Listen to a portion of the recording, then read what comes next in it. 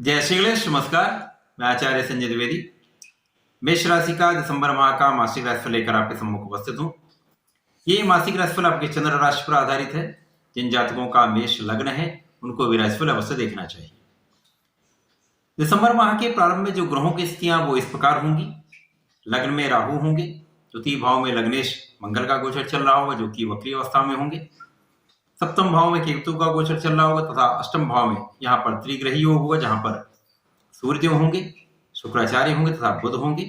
यहाँ पर बुध तथा शुक्र प्रारंभिक अवस्था में प्रारंभिक समय में अस्त अवस्था में होंगे। दसम भाव में मकर राशि में शनिदेव होंगे तथा एकादश भाव में चंद्रमा का गोचर चल रहा होगा तथा द्वादश भाव में गुरुदेव बृहस्पति का गोचर चल रहा होगा जो कि मार्गीय अवस्था में आ चुके होंगे। इसके पश्चात 3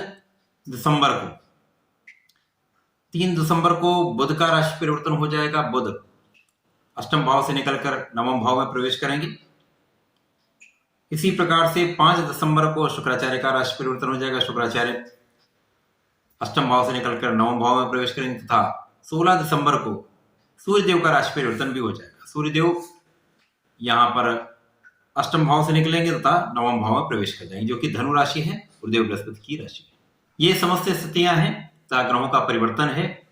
समस्त स्थितियों का संकलन करते हुए लग्नेश की स्थिति को देखते हुए ये मासिक राशिफल मैं आपके लिए प्रस्तुत कर रहा हूं।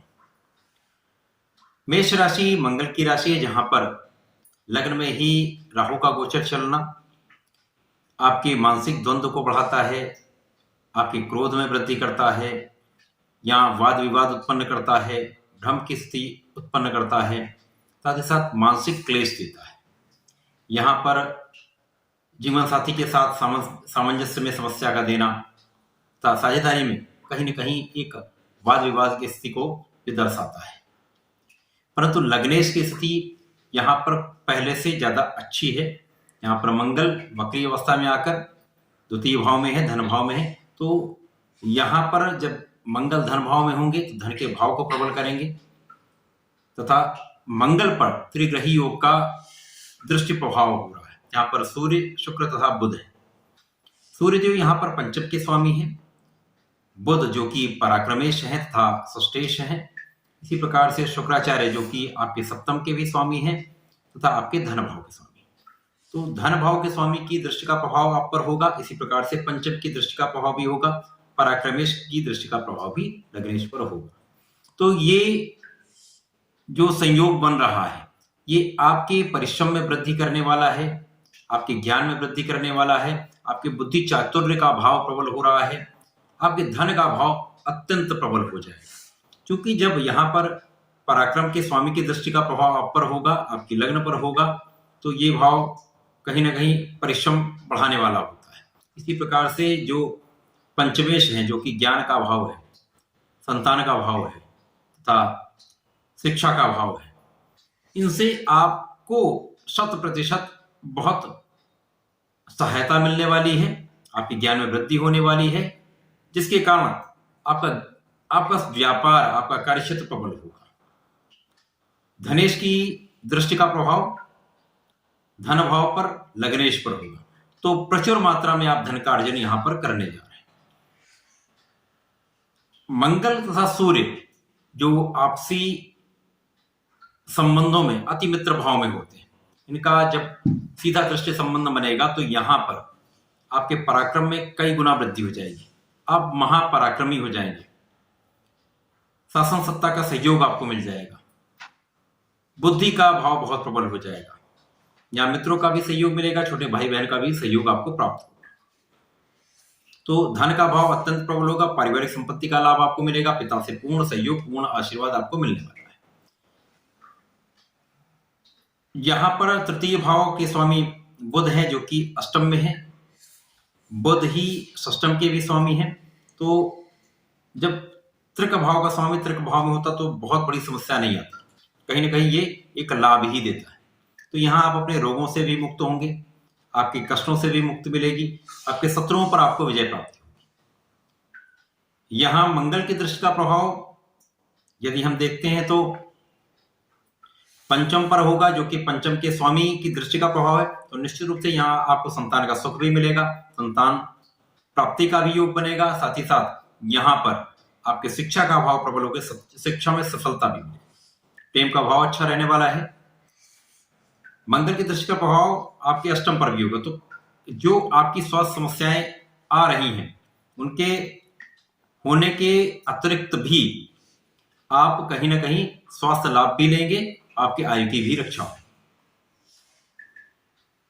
यहां पर आपके भाग्य पर दृष्टि मंगल की है, परंतु कहीं ना कहीं राहु की दृष्टि का प्रभाव यहां पर आपके भाग्य में प्रगति नहीं होने दे रहा है, भाग्य का पूर्ण साथ नहीं मिल पा रहा है।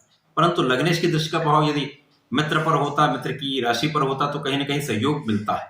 तो यदि आप परिश्रम करेंगे तो भाग्य का कहीं ना कहीं कुछ साथ आपको अवश्य मिलेगा, जिसके कारण आप आगे अवश्य बढ़ेंगे। अब जैसे ही ग्रहों का परिवर्तन प्रारंभ हो जाएगा तो बुध शुक्र का संयोग नवम भाव से हो जाएगा, जो कि भाग्य का भाव है, गुरुदेव बृहस्पति की राशि है। गुरुदेव बृहस्पति जो कि द्वादश भाव में मेष राशि के लिए प्रबल कारक हैं, परंतु यहाँ पर द्वादश में कुछ निर्बल अवश्य हैं, परंतु जो इनका कार्यकत्व है वो ये अवश्य पूर्ण करेंगे। तो ये आपके शत्रुओं से आपकी रक्षा करेंगे, आपके रोगों से, कष्टों से आपकी रक्षा करते हैं, आपकी आयु की रक्षा करने वाले। यदि यहाँ पर देखा जाए तो गुरुदेव बृहस्पति का संबंध चतुर्थ दशम का बन रहा है, जो कि आपके भाग्य भाव से, जो कि गुरुदेव बृहस्पति की ही राशि है। अब यहाँ पर शुक्राचार्य भी हैं, साथ ही साथ यहाँ पर बुध भी हैं। तो जब गुरुदेव बृहस्पति का संबंध अपनी ही राशि से चतुर्दशम का बनेगा तो इस भाव के प्रभाव में वृद्धि हो जाएगी। तो भाग्य का जो साथ आपको नहीं मिल पा रहा था, अब भाग्य का साथ आपको मिलना प्रारंभ हो जाएगा। यहाँ पर 3 ग्रहों का सहयोग आपको मिलेगा। यहाँ पर लग्नेश का भी दृष्टि प्रभाव मिल जाएगा, तो यहाँ पर कहीं ना कहीं भाग्य में प्रबलता आएगी। तब आपको भाग्य का साथ मिलने लगेगा, आपकी कार्य क्षमता भी बढ़ जाएगी, आपके अवरुद्ध कार्य बनने लगेंगे। यहां पर सूर्य का राशि परिवर्तन 16 दिसंबर को भी हो जाएगा, सूर्य भी नवम भाव में प्रवेश कर जाएंगे। अब सूर्य प्रबल कारक है मंगल की राशि के लिए, पंचमेश होकर एक त्रिकोण का स्वामी दूसरे त्रिकोण में पहुंचेगा, तो त्रिकोण के भाव अत्यंत प्रगति है। अब आपका भाग्य बहुत प्रबल होने वाला है। राहु का प्रभाव रहेगा, यथा कथा वो आपको कष्ट देता रहेगा, आपको रोकता रहेगा, परंतु यहां पर प्रबल स्थिति है। 5 ग्रहों का सहयोग आपको निश्चित रूप से आगे प्रगति कराएगा, सफलता अवश्य देगा। साथ ही साथ यहाँ पर गुरुदेव बृहस्पति जब होंगे तो इनकी दृष्टि का प्रभाव आपके सुखों में वृद्धि करेगा, माता का आशीर्वाद मिलेगा। यहाँ पर शनिदेव की दृष्टि का प्रभाव भी आपके सुख भाव पर है। तो इस समय में जब आपके भाग्य में प्रबलता आएगी, आपकी लग्न प्रबल होगी, यहाँ पर आप सुख साधनों का अर्जन करेंगे, भूमि भवन का लाभ आप लेने वाले हैं, अथवा वाहन का निश्चित रूप से आपको लाभ यहाँ पर मिलने वाला है। यहाँ दिसंबर माह में जो शनिदेव हैं वो कर्म भाव के स्वामी होकर कर्म भाव में है। शनिदेव ही आपके लाभ भाव के भी स्वामी, इनका अपने ही राशि में होकर आपके सुख भाव को देखना तथा व्यय को देखना, तो जो सुख साधनों में आप व्यय करने वाले हैं उसके कारण आपका व्यय बढ़ने वाला है, ये बहुत लाभप्रद भी होने वाला है। शनिदेव की दृष्टि का प्रभाव आपके सप्तम पर भी होगा। यहाँ पर कुछ समस्या आ सकती है, आपको अपने जीवन साथी के साथ सामंजस्य बना के रखना होगा, आपसी मतभेद से बचना होगा, बहुत सहयोग के साथ आपको ये समय निकालना होगा। जब तक राहु और शनि की दृष्टि का प्रभाव सप्तम पर होगा, आपसी क्लेश रहेगा ही, यहाँ आपको सामंजस्य बनाना होगा। जैसे ही ग्रहों का परिवर्तन आपके भाग्य में हो जाएगा तो यहाँ पर आपके भाग्य का सहयोग आपको मिलने लगेगा, आपके कर्म क्षेत्र में प्रगति होगी, सुख साधनों का आप लाभ अवश्य लेने वाले।